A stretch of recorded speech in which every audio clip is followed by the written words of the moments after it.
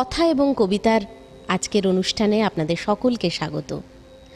আর আজকের অনুষ্ঠানে আমরা অতিথি হিসেবে এমন একজনকে পেয়েছি যিনি তার বাচিক শিল্প দ্বারা তো সকলকে মুগ্ধ করে রেখেইছেন, সেই সঙ্গে সঙ্গে প্রশিক্ষণেরও একটা লম্বা ইতিহাস আছে তার, এবং সেই সঙ্গে একজন দক্ষ সংগঠক, নিজস্ব সংস্থা, সেটা নিয়ে পথ চলা, সব মিলিয়ে যে নামটি মনে আসে তিনি মলয় পোদ্দার। আজকে আমাদের অতিথি প্রখ্যাত বাচিক শিল্পী শ্রী মলয় পোদ্দার। মলয়দা, স্বাগত আমাদের আজকের অনুষ্ঠানে। আপনাকে স্বাগত। আজকে আমরা কথা কবিতা, তার মানে কথা নিয়ে বিভিন্ন আলোচনা তো থাকছেই, সেই সঙ্গে সঙ্গে অবশ্যই শুনবো আপনার কণ্ঠে কিছু অসাধারণ কবিতা। শুরু কি কিছু একটা দিয়ে করবেন আজকের এপিসোডে? বেশ, এখানে এসে বেশ ভালো লাগছে এবং আনন্দ হচ্ছে এতটাই। হ্যাঁ, তো আস্তে আস্তে একটা কবিতা আওড়াচ্ছিলাম, আচ্ছা, সেটা দিয়ে শুরু করি। সুকুমার রায়ের একটা কবিতা। বেশ বেশ।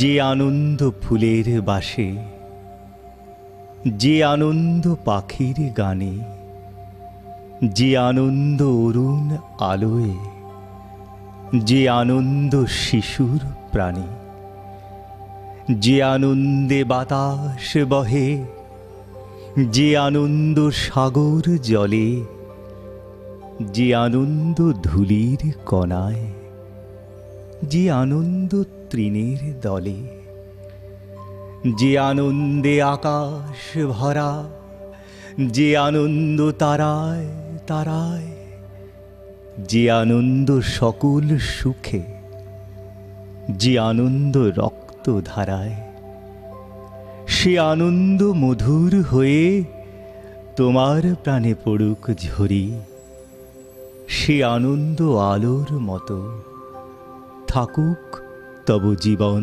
ভরি, সে আনন্দ আলোর মতো থাকুক তব জীবন ভরি। আহা, এই কবিতাটা কিরকম অদ্ভুত! অনেকেই হয়তো জানেন না এই কবিতাটা সুকুমার রায়ের লেখা, বা সুকুমার রায় যে ধরনের লেখা লেখেন বলে আমরা জানি, সেই ধরনের লেখার থেকে বেশ একটু আলাদা। এবং সুকুমার রায় তো আমরা সাধারণভাবে বলে থাকি যে ননসেন্স পোয়েট, ননসেন্স কবিতা লিখেছেন। আসলে আমার মনে হয়, এটা আমি জানি না আপনি একমত হবেন কিনা, সুকুমার রায় কোথায় যেন ননসেন্স কবিতা লিখে আমাদের বোধহয় একটু সেন্স ফেরানোর চেষ্টা করেছিলেন। অবশ্যই, কিন্তু কতটা ফিরেছে আমরা জানি না।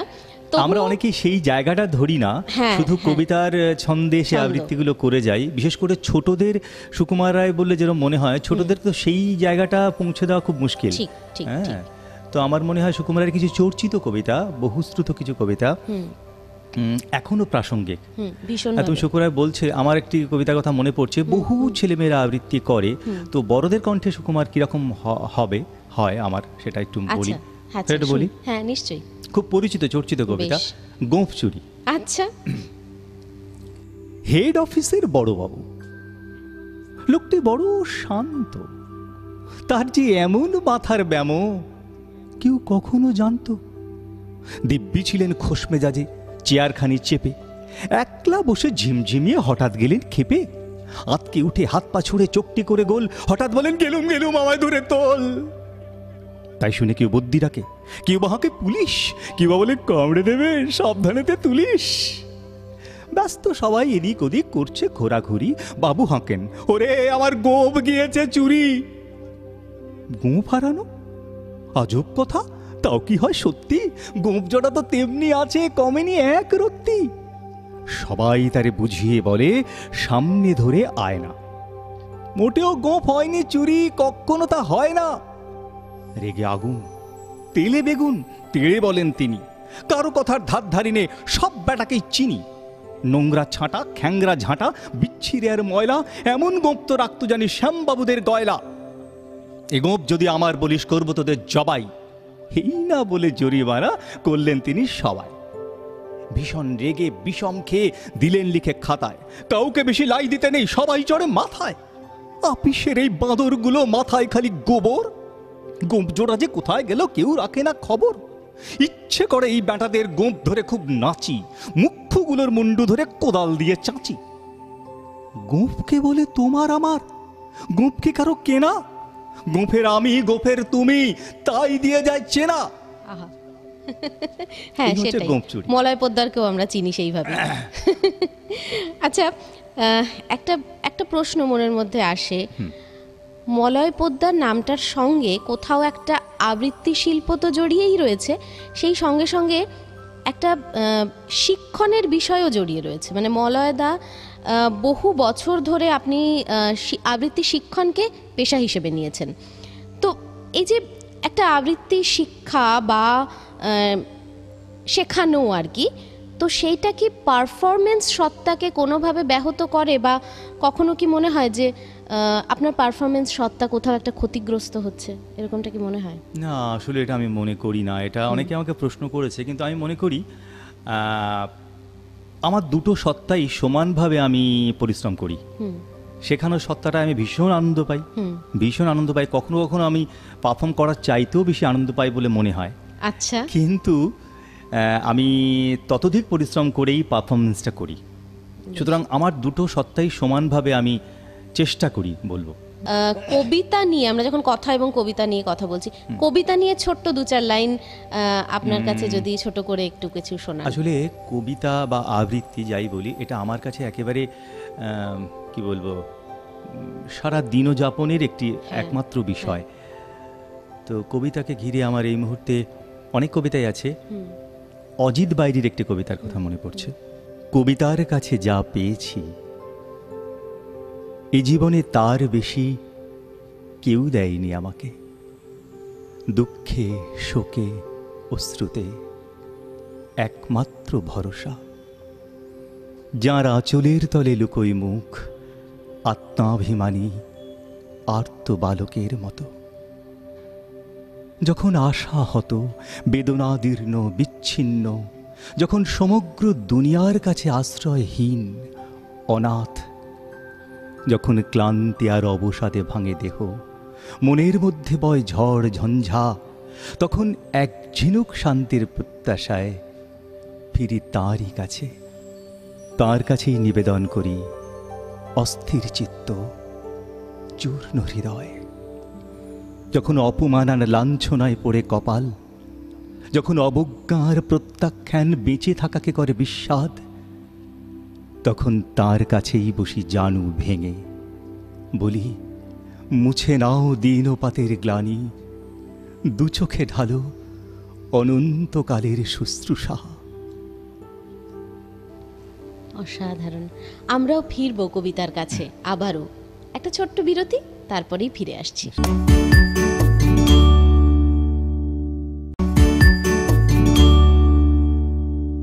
ফিরে এলাম আবার কথা ও কবিতায়। আজকে কথা ও কবিতায় আমাদের সঙ্গে রয়েছেন প্রখ্যাত বাচিক শিল্পী শ্রী মলয় পোদ্দার। মলয়দা, আপনি যে আবৃত্তি নিয়ে কাজ করছেন বা কাজ করবেন, আগামী দিনেও আরও কাজ করবেন, করে যাচ্ছেন আর কি, ছোটবেলায় হয় না একটা আমাদের ওই যে বড় হয়ে কি হতে চাও বলে একটা রচনা লিখতে হয়, তো সেক্ষেত্রে আপনি কি লিখতেন? নিশ্চয়ই আবৃত্তি শিল্পী হতে চান, সেটা লেখেননি, কিন্তু সেই যে হওয়ার শুরুটা আপনার কিরকম ছিল? মানে কেন আপনি এই পেশাতে বা এই শিল্পের মধ্যে নিজেকে নিয়োজিত করলেন? আসলে আমার ছোটবেলাটা কেটেছে অন্যরকমভাবে, মানে যা সবাই কাটে আর কি, পড়াশোনা, খেলাধুলো। আমার অনেক বড় বয়সে, আমি অনেক আগেও বলেছি, প্রায় বলা যায় বুড়ো বয়সেই আবৃত্তি শুরু। প্রায় উচ্চ মাধ্যমিক পড়ার মানে পড়তে পড়তে আবৃত্তিতে আসা আমার। ওই আর কি পাড়ার একটা সংগঠন, সেখানে কর্মী হিসাবে কাজ করা। আমার এক মাস্টারমশাই ছিলেন, আছেন, ডক্টর তাপস রায় চৌধুরী, তিনি একটা সংগঠনের সঙ্গে আমাদের যুক্ত করেছিলেন।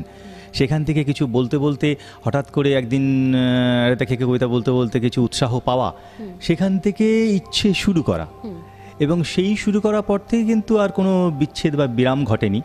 তারপরে অনবরত চলছে, এবং তখনও ভাবিনি যে পেশা হিসাবে নেব।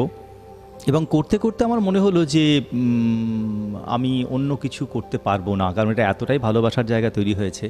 আর ওই হাফ হার্টেড হয়ে কিছু কাজ করা খুব মুশকিল। কিছুটা আবৃত্তি করবো, কিছুটা কাজ করবো। আমি জয়েন করেছিলাম, কোনো কোনো কোম্পানিতে জয়েন করেছিলাম, কিন্তু করে আমার মানে মনের খিদেটা না, মেটেনি আর কি। মেটেনি। আমার শর্তই ছিল এরকম যে আমি আমাকে অমুক সময় ছেড়ে দিতে হবে, অমুক হ্যাঁ। প্রোগ্রামে ছেড়ে দিতে হবে, হ্যাঁ, হ্যাঁ। এই নিয়ে কিছু বিরোধ হলে তারপরে আর একেবারেই আমি সেটাকে সেখান থেকে ছেড়ে এসেছি। তারপরে একেবারে পেশা হিসাবে, নেশার থেকে পেশা হিসাবে এটা। পেশা হিসেবে যখন নিজেকে এই আবৃত্তি জগতের মধ্যে নিয়োজিত করেছেন, তখন একজন আবৃত্তি শিক্ষক তিনি তো শেখান, অবশ্যই ছোটদের মধ্যে কোথাও একটা তার প্রভাব পড়ে। তো সেটা কি আপনার মনে হয় যে নিজস্বতা বিকাশের ক্ষেত্রে কোথাও একটা অন্তরায় হয়ে দাঁড়ায়? এটা আসলে আমি একটু অন্যভাবে দেখেছি। আমার যতদূর আমি কি বলবো, শিক্ষকতার জায়গা থেকে এসছি, তত আমি আমার নিজেকে পরিণত করেছি। দেখেছি সত্যি সত্যি প্রভাবিত করে না কোনো শিল্প তার নিজের জায়গায় ঠিকঠাক বিস্তার করতে পারে না। ঠিক। তার জন্য আমি শিল্পের বিস্তারটা ঘটে না আর কি। তোতাবৃত্তিটা ঠিক পছন্দ করিনি। এবং ওই যে বললাম যে শেখাতে শেখাতে তো শিখতে হয় অনেক কিছু, সেইটা শিখেছি যে না, আমার বড়দেরও তাই, তারা নিজেদের মতো করে বোঝে, নিজেদের মতো করে বোঝাবার চেষ্টা করি, নিজেদের মতো করেই করে। তুমি আমার এটা খুব মানে বলতে হয় যে 50 জনকে যদি তুমি শোনো, তাহলে তুমি 50 জনের মধ্যেও আলাদা আলাদা বিষয় পাতে নিজস্বতা পাবে। মানে আপনার 50 জন যদি তুমি ধরে ধরে শোনো, তো 50 জনকে তুমি আলাদা করে পাবে। কোথাও কোথাও মনে হবে যে না, ও ওর মতো, ও ওর মতো, আমার মতো নয়। হ্যাঁ, এখানে আপনার সংস্থার কথা অবশ্যই বলতে হয়। আলাপনকে অনেক বছর আপনি এগিয়ে নিয়ে যাচ্ছেন। কত বছর হলো আলাপন? 20 বছর আমাদের গত জানুয়ারিতে আমরা পার করেছি।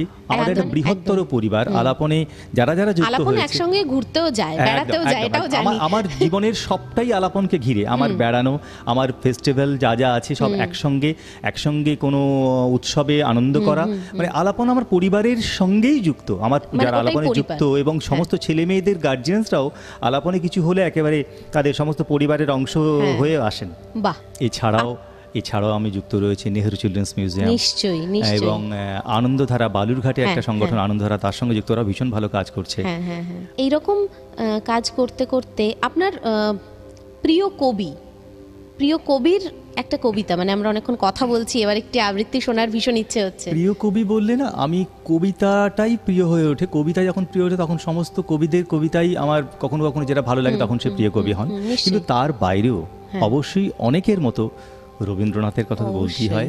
জীবন দেবতা যাকে বলা হয়, আমার রবীন্দ্রনাথের এই জীবন দেবতাটা শোনাই। ওহে অন্তরতম, মিটেছে কি তব সকল তিয়াস, আসি অন্তরে মম, দুঃখ সুখের লক্ষ্য ধারায় পাত্র ভরিয়া দিয়াছি তোমায়, নিঠুর পীড়নে নিঙারি বক্ষ দলিত দ্রাক্ষা সম, কত যে বরণ, কত যে গন্ধ, কত যে রাগিনী, কত যে ছন্দ, গাঁথিয়া গাঁথিয়া করেছি বয়ন, বাসর শয়ন তব, গলায় গলায় বাসনার সোনা, প্রতিদিন আমি করেছি রচনা, তোমার ক্ষণিক খেলারে লাগিয়া মরুতি নিত্য নব, আপনি বরিয়া লয়েছিলে মোরে না জানি কিসের আসে, লেগেছে কি ভালো হে জীবননাথ, আমার রজনী, আমার প্রভাত, আমার নর্ম, আমার কর্ম তোমার বিজনবাসে, বর্ষা শরতে বসন্তে শীতে ধ্বনিয়াছি হিয়া যত সঙ্গীতে, শুনেছ কি তাহা একেলা বসিয়া আপন সিংহাসনে, মানস কুসুম তুলি অঞ্চলে গেঁথেছ কি মালা, পরেছ কি গলে, আপনার মনে করেছ ভ্রমণ মম যৌবন বনে, কি দেখেছ বন্ধু মরম মাঝারে রাখিয়া নয়ন দুটি, করেছ কি ক্ষমা যতে কামার স্খলন পতন ত্রুটি, পূজাহীন দিন সেবাহীন রাত, কত বার বার ফিরে গেছে নাথ, অর্ঘ্য কুসুম ঝরে পড়ে গেছে বিজন বিপিনে ফুটি, যে সুরে বাঁধিলে এ বিনার তার, নামিয়া নামিয়া গেছে বার বার, হে কবি তোমার রচিত রাগিনী আমি কি গাহিতে পারি,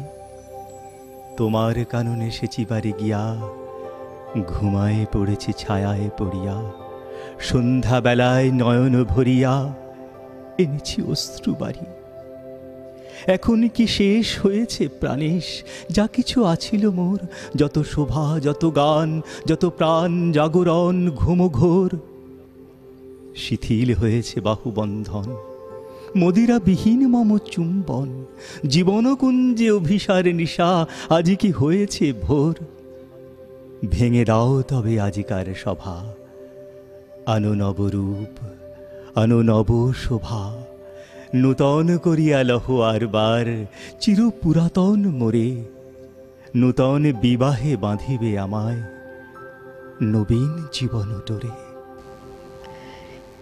এরপর আর কিছু বলার থাকে না। রবীন্দ্রনাথ এবং জীবন দেবতা আমাদের সকলেরই বোধ হয়। একটা ছোট্ট বিরতি নিয়ে নিই। আচ্ছা, একটা ছোট্ট বিরতির পরে ফিরে আসছি আমরা আবার কথা ও কবিতায়।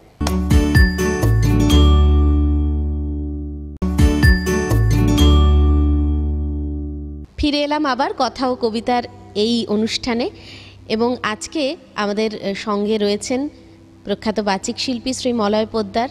এবং মলয়দা, কথা হচ্ছিল আপনার ছড়া নিয়ে, মনে আছে তো? ছড়া আমার খুব নিজেরও একটা প্রিয় বিষয়। প্রিয় বিষয়।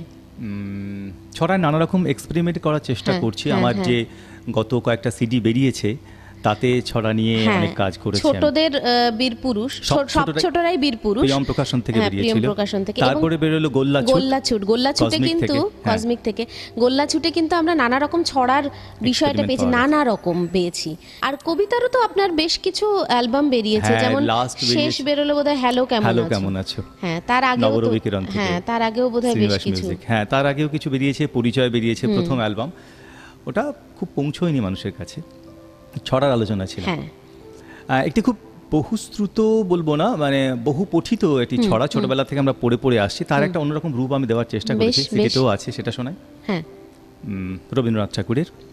একদিন রাতে আমি স্বপ্ন দেখিনু, চেয়ে দেখো বলে যেন বিনু, চেয়ে দেখি ঠোকাঠুকি বড়গা করিতে, কলিকাতা চলিয়াছে নড়িতে নড়িতে, ইঁটে গড়া গন্ডার বাড়িগুলো সোজা, চলে আছে দুদ্দার জানালা দরজা, রাস্তা চলেছে যত অজগর সাপ, পিঠে তার ট্রাম গাড়ি পড়ে ধুপধাপ, দোকান বাজার সব নামে আর ওঠে, ছাদের গায়েতে ছাদ ভরে মাথা কুটে, হাওড়ার ব্রিজ চলে মস্ত সে বিছে, হ্যারিসন রোড চলে তার পিছে পিছে, মনুমেন্টের দোল যেন খ্যাপা হাতি, শূন্যে দুলায় সুর উঠিয়াছে মাতি, আমাদের স্কুল ছোটে হন অঙ্কের বই ছোটে ছোট ব্যাকরণ, ম্যাপগুলো দেয়ালিতে করে ছটফট, পাখি যেন মারিতেছে পাখার ঝাপট, ঘন্টাকে বলে দোলে ঢং ঢং ঢং ঢং ঢং ঢং ঢং ঢং ঢং বাজে, যত কেন বেলা হোক তবু থামে না যে, লক্ষ লক্ষ লোক বলে থামো থামো, কোথা হতে কোথা যাবে এ কি পাগলামো, কলিকাতা শোনে না কো চলার খেয়ালে, নৃত্যের নেশা তার স্তম্ভে দেয়ালে,